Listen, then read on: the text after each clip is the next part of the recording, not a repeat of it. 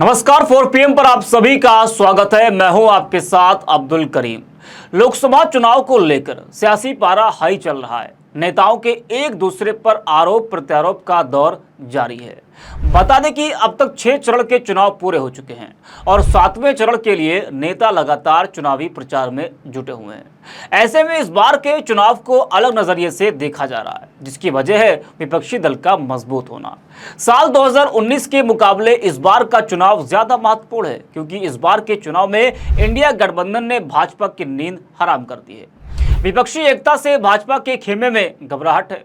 चुनाव में हार के डर से भाजपा नेता दिन रात एक करके प्रचार में जुटे हुए हैं। यहां तक कि खुद पीएम मोदी इस बार के चुनाव में पिछली बार के मुकाबले ज्यादा प्रचार कर रहे हैं। पिछले 10 सालों में उस पैमाने पर काम नहीं हुआ जिस तरह से होना चाहिए था। बेरोजगारी का क्या आलम है, ये किसी से छुपा नहीं है। युवा सड़कों पर है, न्याय के लिए लोग दर बदर की ठोकरें खा रहे हैं, लेकिन सरकार को इन सब से कोई फर्क नहीं पड़ता है। सरकार को बस सत्ता में बने रहने से मतलब है, जिस वजह से आज लगभग हर वर्ग के लोग परेशान हैं। लेकिन इस बार के चुनाव की अगर हम बात करें तो इस बार के चुनाव में समीकरण बदलता हुआ नजर आ रहा है, जिसकी वजह है लोगों का सरकार के खिलाफ गुस्सा। हर वर्ग के लोगों में बढ़ते गुस्से के चलते विपक्ष को इसका जबरदस्त फायदा मिलने वाला है। विपक्ष के प्रति जनता के लगाव का एक कारण यह भी है कि कांग्रेस नेता राहुल गांधी का जिस तरह से चेहरा उभर कर जनता के बीच आया है, इससे एक बात तो तय है कि विपक्ष को न सिर्फ राहुल गांधी के रूप में बड़ा चेहरा मिला है, बल्कि भाजपा को कड़ी टक्कर देने वाला नेता भी मिल गया है, जिसने कांग्रेस को एक अलग ही दिशा में मोड़ दिया है। जहां कांग्रेस का अस्तित्व खत्म हो रहा था, वहीं अब लगभग हर प्रदेश में कांग्रेस उभर कर सामने आई है। भारत जोड़ो यात्रा के बाद से ही राहुल गांधी और कांग्रेस दोनों ने बेहतर वापसी कर ली है और इस चुनावी मौसम में भी कांग्रेस नेता राहुल गांधी और प्रियंका गांधी लगातार लोगों के बीच पहुंच रहे हैं और लोगों तक अपनी बात पहुंचा रहे हैं। लोगों का यह भी कहना है कि इस बार कांग्रेस और इंडिया गठबंधन की लहर है और इस बार कांग्रेस का ग्राफ भी बढ़ता जा रहा है। ऐसे में गठबंधन के नेता लगातार चुनावी प्रचार में जुटे हुए हैं, अपने खेमे को मजबूत करने में वो लगे हैं। ऐसे में कांग्रेस नेता राहुल गांधी भी ज्यादा से ज्यादा लोगों के बीच पहुंच रहे हैं। इसी क्रम में कांग्रेस के पूर्व अध्यक्ष राहुल गांधी अपने गठबंधन साथी और समाजवादी पार्टी के अध्यक्ष अखिलेश यादव के साथ एक जनसभा करने वाले हैं। इसको लेकर जानकारी देते हुए वाराणसी लोकसभा सीट से कांग्रेस उम्मीदवार अजय राय ने कहा कि कल राहुल गांधी की ऐतिहासिक परिवर्तन जनसभा होने जा रही है, जिसमें राहुल गांधी और अखिलेश यादव शाम 4 बजे मोहन सराय, जहां मोदी सरकार ने किसानों पर लाठीचार्ज कराया, वहां रैली करेंगे। मैं समझता हूं कि पूरे देश, प्रदेश और खासकर बनारस के अंदर 7वें चरण में परिवर्तन की लहर यहीं से उठेगी। इससे पहले राहुल गांधी और अखिलेश यादव प्रयागराज में एक रैली को संबोधित करने के लिए पहुंचे थे, जहां पर इन दोनों नेताओं के समर्थकों ने जमकर उत्पात मचाया था और बैरिकेडिंग तोड़कर मंच के पास पहुंच गए थे। इस दौरान भगदड़ मच गई थी और इस कारण राहुल गांधी और अखिलेश यादव को रैली को बिना संबोधित किए ही मौके से जाना पड़ा था। इसको लेकर वाराणसी में एहतियात बढ़ती जा रही है। कांग्रेस नेताओं का कहना है कि इस तरह की घटना फिर ना हो, इसके लिए कदम उठाए जा रहे हैं। वही मौजूदा समय की अगर हम बात करें तो राहुल गांधी चुनावी प्रचार के लिए बिहार में भाजपा पर बरस रहे हैं। 7वें चरण को लेकर राष्ट्रीय जनतांत्रिक गठबंधन और इंडिया गठबंधन के वरिष्ठ नेता अपने अपने प्रत्याशियों की जीत सुनिश्चित करने के लिए पूरी ताकत लगा रहे हैं। खासकर बिहार में भाजपा, राजद और कांग्रेस ने अपनी पूरी ताकत झोंक ली है। इस दौरान राहुल गांधी की जनसभा में वीआईपी के प्रमुख मुकेश सहनी ने कहा कि पीएम मोदी लगातार तेजस्वी यादव और बिहारियों को डराने का काम कर रहे हैं। मोदी पर हमला बोलते हुए तेजस्वी यादव ने कहा कि प्रधानमंत्री मुद्दे की बात नहीं करते हैं, वह केवल नफरत फैलाने के लिए बिहार आते हैं। इस बार बिहार की जनता नफरत के झांसे में पड़ने वाली नहीं है। आप बताओ, पीएम मोदी ने बिहार के लिए क्या किया?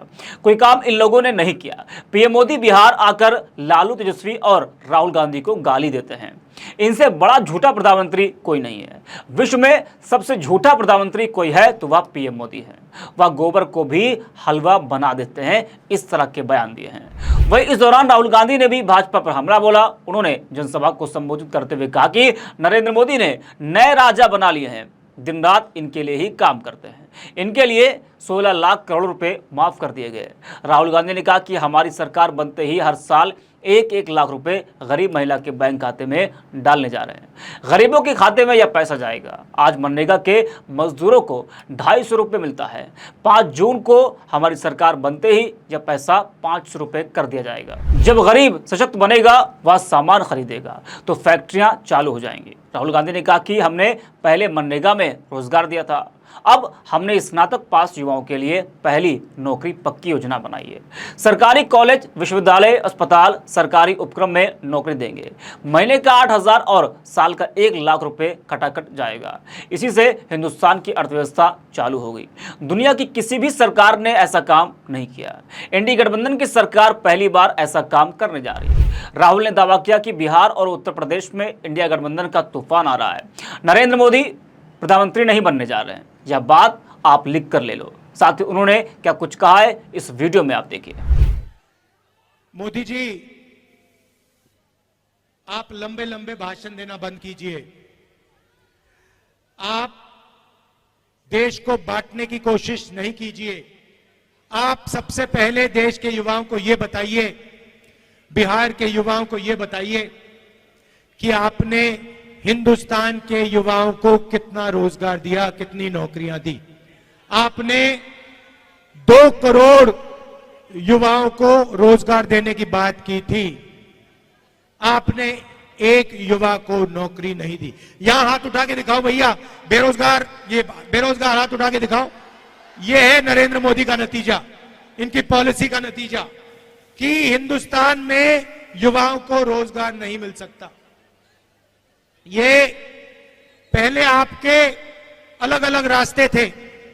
सेना में आप जा सकते थे, पब्लिक सेक्टर में जा सकते थे, प्राइवेट सेक्टर में आपको रोजगार मिल सकता था। नरेंद्र मोदी ने नोटबंदी, जीएसटी लागू करके रोजगार के रास्ते बंद किए और सेना में अग्निवीर लागू करके जवानों को मजदूर बना दिया।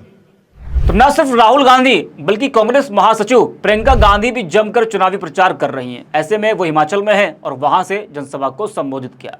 प्रियंका गांधी ने अपना संबोधन मां दुर्गा, लक्ष्मी नारायण, भगवान व भोलेनाथ की जयकारे के साथ शुरू किया। कहा कि मेरा दिल हमेशा हिमाचल में रहता है, जब भी हिमाचल आती हूँ तो मुझे बहुत खुशी होती है। कहा कि आपका प्रदेश बहुत सुंदर है, पूरा देश हिमाचल की ओर देखता है। यहाँ की सादगी, ईमानदारी पूरे देश में सबसे अधिक है। इससे पूरे देश को सीखना चाहिए। हिमाचल देवभूमि के साथ वीर भूमि भी है। हिमाचल के सैकड़ों जवानों ने देश की रक्षा, अखंडता के लिए अपनी जान गंवाई है। कहा कि प्रदेश की जनता ने बदलाव के लिए सरकार चुनी, लेकिन मोदी जी ने धनबल की ताकत से हिमाचल की सरकार को गिराने का प्रयास किया। मोदी जी ने पैसे देकर भ्रष्टाचार कर प्रदेश की सरकार को गिराने की कोशिश की। क्या यह ईमानदारी की बात है? क्या इसे सच्ची राजनीति कहते थे? भाजपा का एक ही मकसद है कि सत्ता को अपने हाथ में रखना है, चाहे सरकारों को गिराना पड़े, चाहे भ्रष्टाचार करना पड़े, विधायकों को घूस खिलानी पड़े या धनबल का इस्तेमाल करना पड़े। और इस दौरान प्रियंका गांधी ने अपने घोषणा पत्र के बारे में भी जिक्र किया। उन्होंने न्याय पत्र का जिक्र करते हुए कहा कि कांग्रेस की सरकार बनने पर महिलाओं को 8500 रुपये हर महीने देंगे। महिलाओं को सरकारी नौकरियों में 50% आरक्षण दिया जाएगा। किसानों की कर्ज माफी के लिए स्थायी आयोग बनेगा। श्रमिकों के लिए 400 रुपये न्यूनतम दिहाड़ी का कानून लाएंगे।